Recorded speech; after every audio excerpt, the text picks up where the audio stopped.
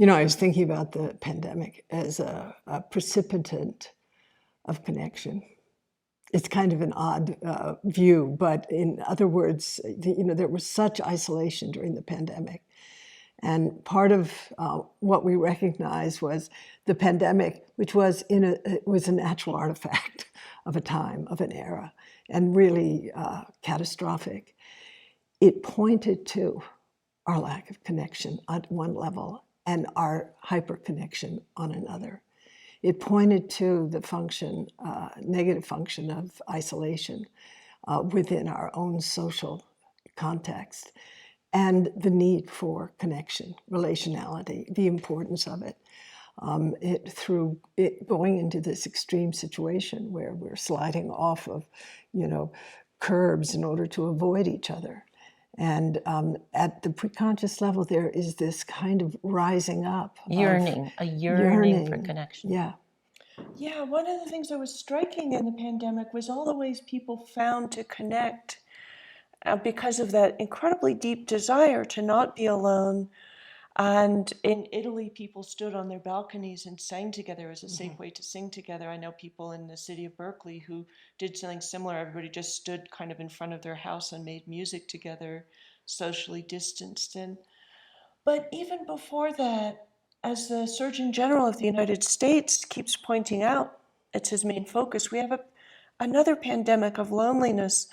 Capitalism, Silicon Valley technology, a lot of other things have really pushed us apart. And there's a lot of other stuff in sociology looking at how, 50 years ago, a lot of people belonged to unions, bowling leagues, churches, social groups, etc., that there were, not very many people worked at home, not many people lived alone, not many people were self-employed, that we lived in a much more communal way.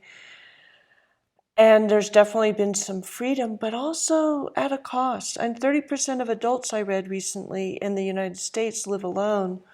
And, I'm one of them, and I have a lot of good connections in my life, but still, it's not built in the way that it would have been in, the lives of people living in big extended households, living as you do here at Upaya in community. And so what's really interesting to me that I think has bearing on the climate crisis is there is a deep yearning for life to be different. People want to be more deeply connected, and some of that can come through climate solutions. In the UK, they're talking about 15-minute cities. We should live in a way where everything we need is 15 minutes by foot or bike. And if you're doing your life by foot or bike, not by car or Amazon delivery, speaking of the nightmare, then you're seeing your neighbors, you know where you are in a very deep way, you're really connected to your place. You're making it safer by everybody being out on the street doing stuff, as Jane Jacobs talked about in The Death and Life of Great American Cities. So I think there's on the one hand a deep recognition that we were never separate, starting with our biology, the fact that the body that each of us occupies is actually a community of many species of bacteria and microorganisms. I heard once 90% of the DNA in the human body is not human DNA because, you could not digest your food. We have so many, there are the bad ones, but so many good microbes.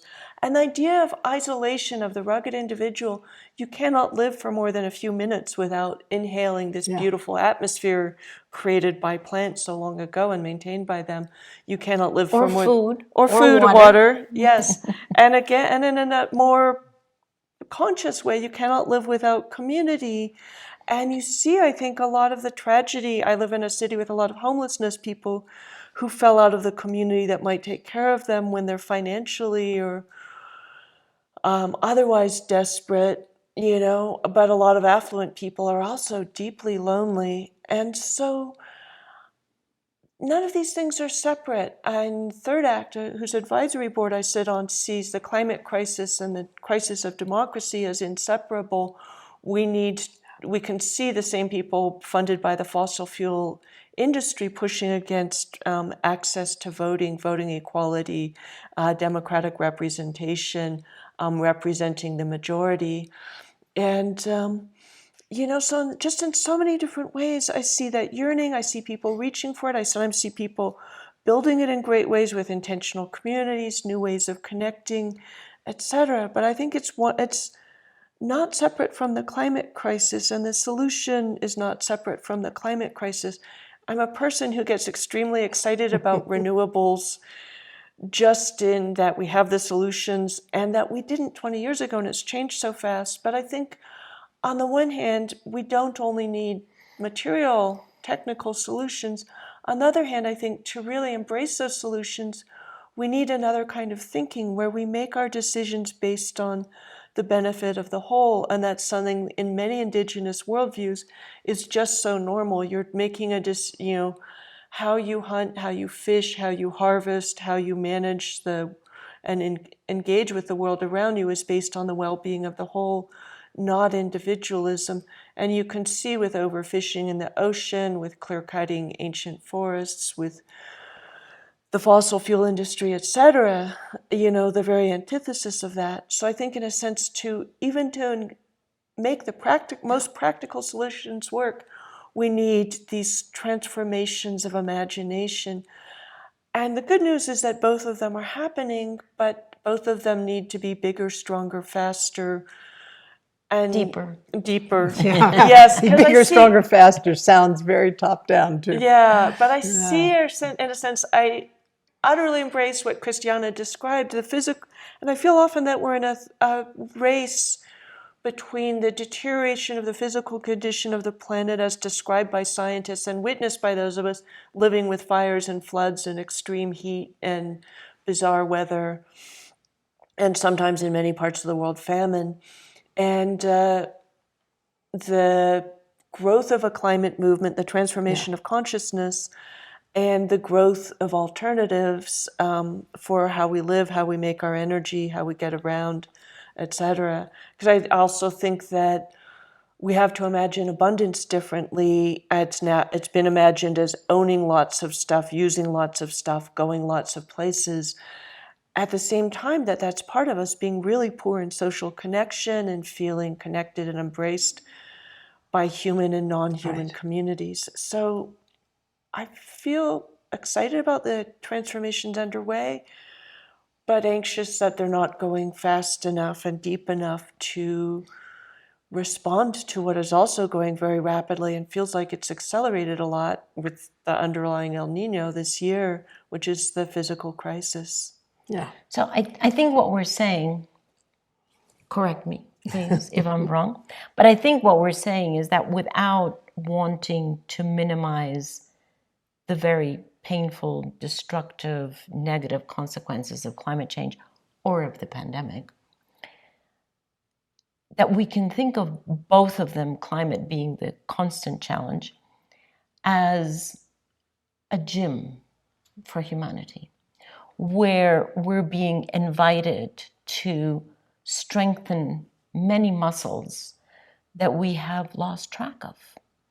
The one that we're talking about right now is the muscle of interconnection, of solidarity, of relationships, that in this race to benefit myself, to appropriate myself, to have this, that, in this terrible trajectory that we started thousands of years ago of separating ourselves from nature, we have also separated ourselves from each other as well as from self.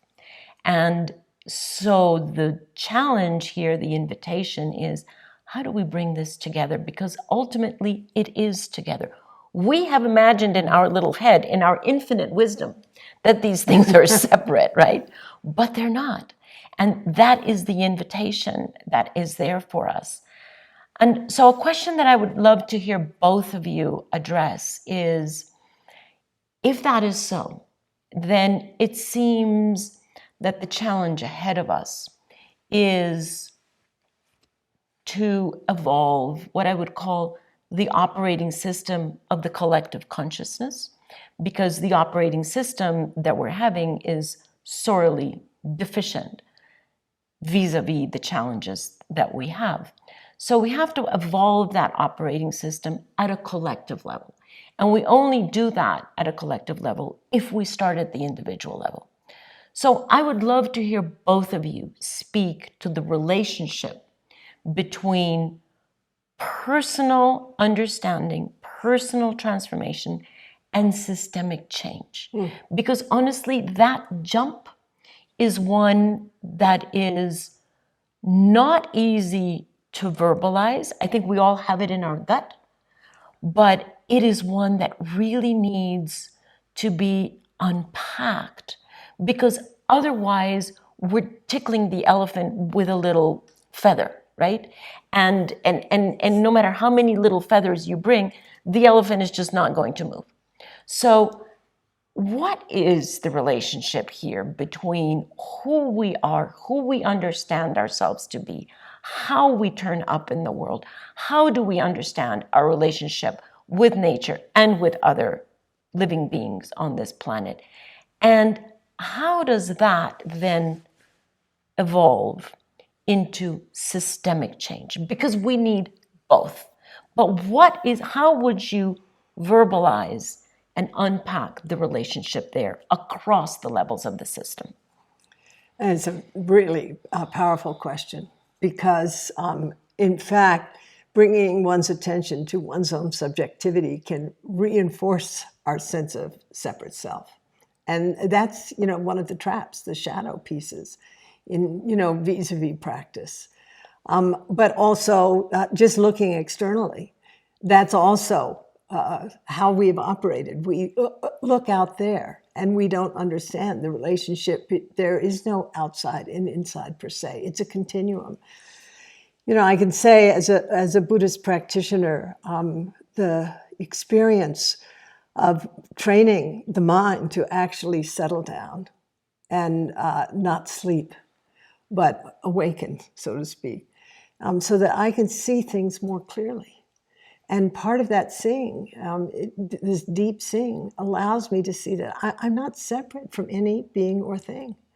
And also part of that seeing is this constant process of correcting course, because, we all come off the rails all the time. Our feet of clay are, they are on all of us. We all have, issues related to the self, the defining and defending of, this separate self, which really is coming out of fear and our aversion toward or fear of mortality and finiteness. And I mean, the irony is that, I so appreciate what Ty said, cloud never dies. That, there's no such thing as the end per se. Even, our own species, which could come into absolute collapse in relation to what's happening in the climate world, which is not separate now from the social world. It actually never has been, but here it's really dramatic, that connection. You understand that we live in a conjury or of a community of not just, human beings, but, of all species. And it's very much what, the work Joanna Macy and her vision emphasizes. I remember Thich Nhat Hanh said, the coming Buddha is the Sangha. Well, it's not just the Sangha of human beings, it's the Sangha of all species. And it's the realization of that. And how does one arrive at that realization and then from that respond to a world with a sense of, of genuine love and care, understanding that we have actually brought upon ourselves this catastrophe. That, we're not separate from El Nino. We're not separate from the Gulf Stream. We're not separate from each other. And I think practice is a powerful means for exactly that realization through stabilizing our mental continuum, familiarizing ourselves with our, own illusions, so to speak, not being a toy of them, but recognizing the biases and the illusions that give us this sense of a separate self. And then to come into a place, it's in a way choiceless awareness, where we are just in this moment as it is interconnected without any sense of self and other. And I think this is really, the work that practitioners, have been engaged in for thousands of years, some more successfully than others. But I mentioned another path. There is the path of practice, which is a rather, in most cases, a slow deconstructing of the separate self. But there's another process that I think we're in, and it's crisis. It's like a kind of global shamanic crisis that we're in, having a kind of breakdown of multiple systems. And from the point of view of complex adaptive systems, it's kind of important to understand that systems that break down and learn from the breakdown process reorganize themselves often at a more robust level. And that's what, I looked at the pandemic in a certain way. It was a systemic breakdown, of our medical system, our social system, of our psychological system, our physical system. We learned some really important things, including, the brokenness of our medical system, for example. So, my deep sort of broken-hearted hope, if you will, is for us to, as you so powerfully did in the beginning of our conversation, which is to touch deeply into the grief, to recognize how the role of fear, to recognize how our clinging creates more suffering for ourselves and others. And then, out of that sort of crisis, not to commit suicide, which is rampant. In Japan, for example, in Korea, in this country among young people, what wants to die is the sense of a separate self. It's like misplaced concreteness. And what wants to awaken is this, the Sangha, or the community of all species as Buddha, as our fundamental awakening.